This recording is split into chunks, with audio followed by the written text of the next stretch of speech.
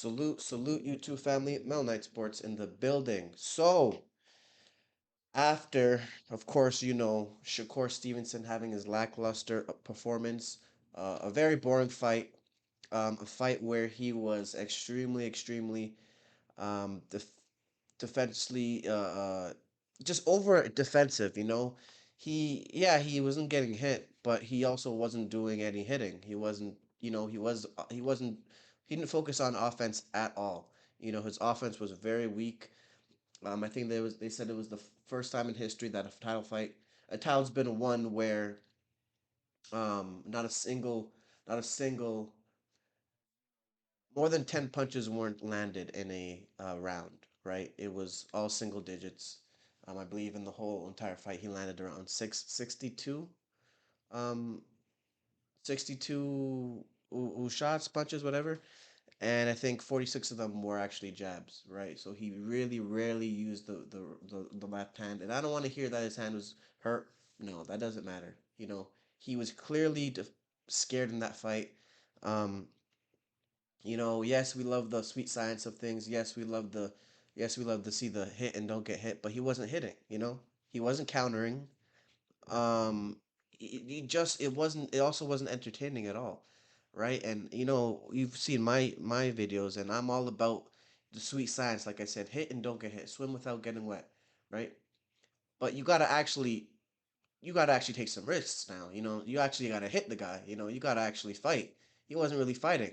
He wasn't really fighting, and we can segue into my conversation now. Is that, and I've said this before. Devin Haney beats him. Devin Haney beats him. He's not going to be able to dodge those punches that he dodged from Edwin De Los Santos. Edwin De Los Santos is a power puncher, a pressure fighter. He swings wildly, right? He's not on the same caliber as Tank or Devin or any of really the upper echelon. Yeah, he might be able to hit you with a lucky punch, but his IQ isn't there.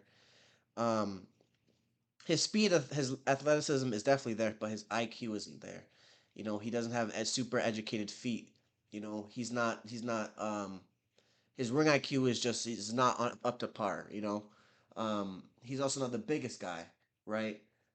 Devin Haney is bigger than Shakur Stevenson. He's the same size as Errol Spence in terms of dimensions, right? And uh, Devin Haney will beat him, man. I personally think, I still think it's a 50-50 fight. It's a good fight. It's a great fight. But I think Devin Haney beats him. The reason why I say that is because Shakur Stevenson has issues with pressure. And I've said this many, many times in my videos. He has issues with pressure, right? And we saw it with the Edwin De Los Santos fight. Any single time Edwin would get close and start to, maybe have any success, he'd immediately tie up with him, right? And Shakur was bigger than him. He wasn't stronger than him, but he was bigger than him. And with Devin's going to push the action. Devin, when you see Devin, man, it could be against a puncher. It don't matter. He gonna press the action. He gonna be right there to with your jab with his jab in your face. He's gonna be right there to find you. You know what I'm saying? He's not gonna be. He's very rangy. He's extremely rangy. He's a bigger lightweight, right? Obviously, he's going to 140, but he's a bigger lightweight. He will not, Shakur will not be able to dodge and get away from those punches as easily as he did with Edwin De Los Santos. I don't see them giving him another win like that.